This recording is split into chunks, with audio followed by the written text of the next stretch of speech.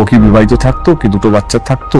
একটা সেন্সিবল মানুষ কিভাবে এই ধরনের কথা বলে? দুটো বাচ্চার জন্য ইনোসেন্স চলে গেছে। যে হে গাইস, কেমন আছো সবাই? Welcome to another video. Dev Subhashree নিয়ে যে কন্ট্রোভার্সিটা চলছে, ঠিক কী হয়েছিল? দেবদা বলেছিল একটা ইন্টারভিউতে, সেখানে শোনা যাচ্ছিল যে শুভশ্রী 2 বাচ্চার মা হয়ে গিয়েছে।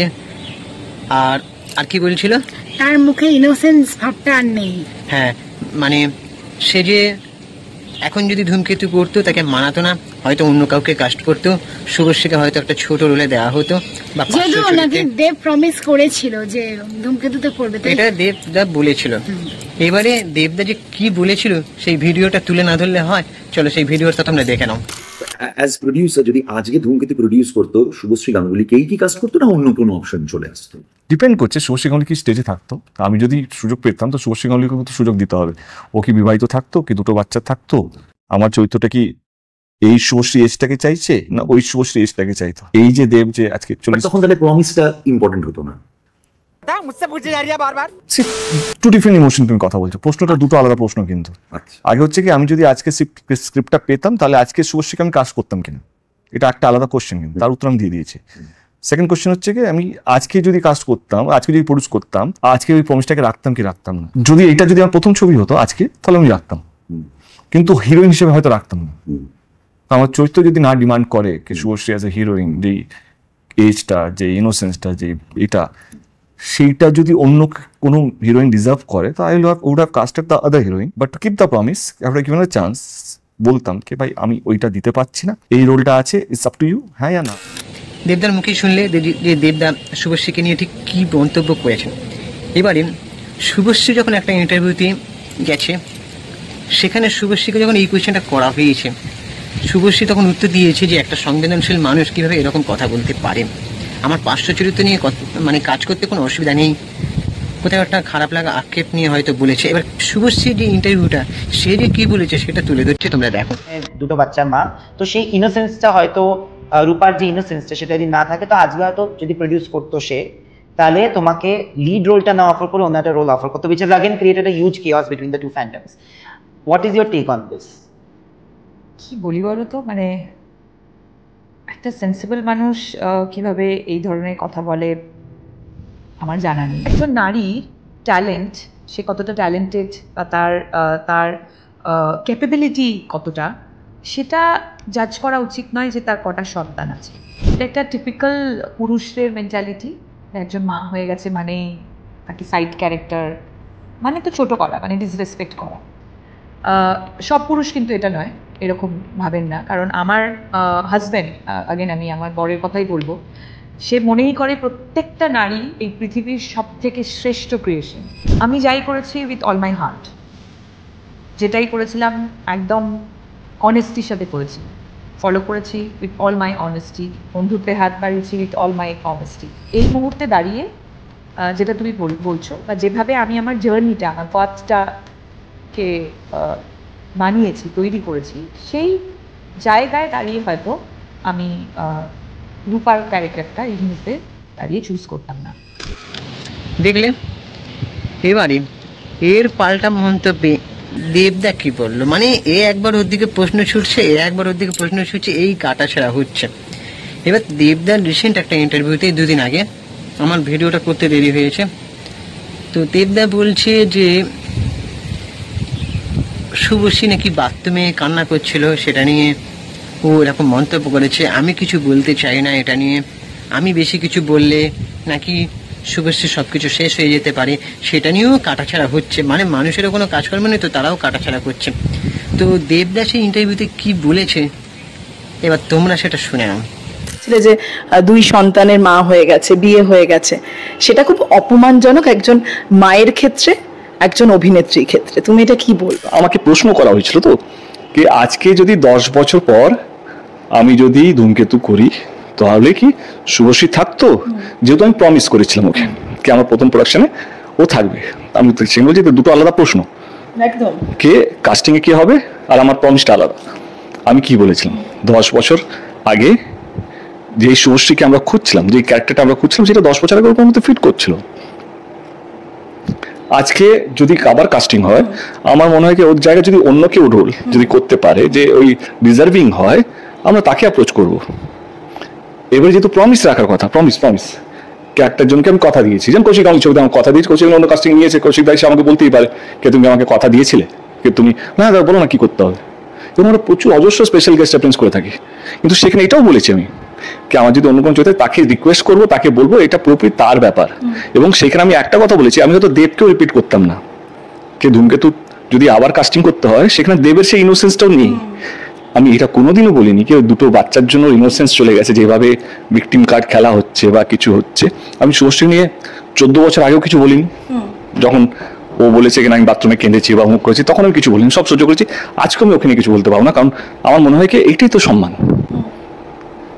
একটা ছেলে 10টা ও কিছু বলেছে, আমার কতটা খারাপ হবে আমি জানি না, হবেও না, কিন্তু আমি যদি দুটো ওকে নিয়ে বলি ওর জন্য সত্যি খারাপ হবে।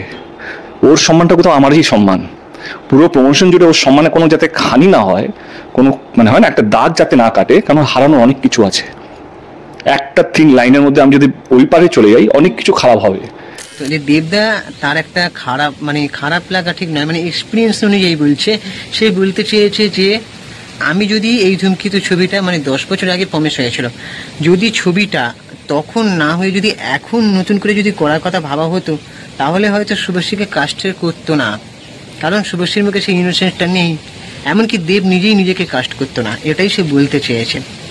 তো এটা নিয়ে এত কাদা ছড়াছড়ি কোনো লাভ নেই, তাই তো। তো দেবদা একটা সিনেমা জগতে এক্সপিরিয়েন্স অনুযায়ী বলছে, তার একটা ম্যাচুরিটি এসেছে।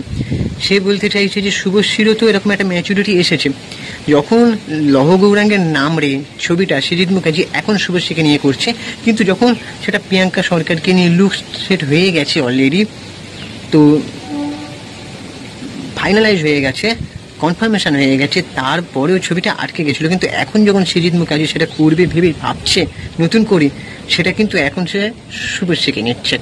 সো সেটাই দেবদা বলতে চাইছে যে 5 বছর 10 বছর আগে একটা প্রমিস করা ক্যারেক্টার, সেটা যদি 10 বছর পরে যদি সেই সিনেমাটা করার ভাবনা আসে, তাহলে অনেক কাস্ট অনেক কিছু চেঞ্জ হয়ে যায়, তাই তো।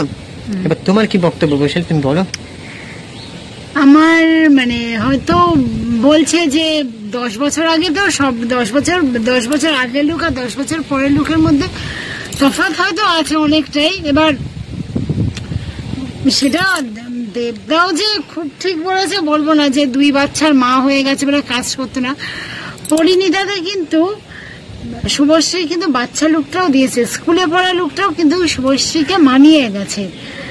এতটাও যে ওর মুখ দিয়ে 2 বাচ্চার মা হয়ে গেছে বলে একদম যে ইনোসেন্স চলে গেছে সেটাও কিন্তু ঠিক নয়, কারণ পরিণীতাতে স্কুল লাইফের ছবিটাও কিন্তু তুলে ধরা হয়েছে। দেখো সেটা ডিরেক্টর প্রডিউসার ঠিক করবে, কিন্তু আমার মতে দেবদার কিছুটা কথা তো আমি সমর্থন করি, কারণ কিন্তু পুরো কিছুটা হলেও কিন্তু পুরো কথাটা একদমই কি খুব ঠিক, পুরো কথা ঠিক নেই। কিন্তু দেখো প্রথম হচ্ছে 10 বছর আগে যদি একটা ছবি তৈরি করার কথা ভাবা হয়, 10 বছর পরে সেটা তৈরি আমার মনে হচ্ছে না ওটা আটকে গেছে। ওই প্রজেক্টটা নিয়ে আবার যদি তৈরি করা হয়, সেখানে অনেক কিছু কিন্তু চেঞ্জ হয়ে যায়। হ্যাঁ চেঞ্জ হয়ে যায় আমি জানি, কিন্তু এবারে সে যে 2 বাচ্চার মা হয়ে গেছে, সে যে সংসার ক্যারিয়ার দুটোই সামলাচ্ছে, দেবদার ভাবনাটাকে কিন্তু ভুল প্রমাণ করেছে শুভশ্রী।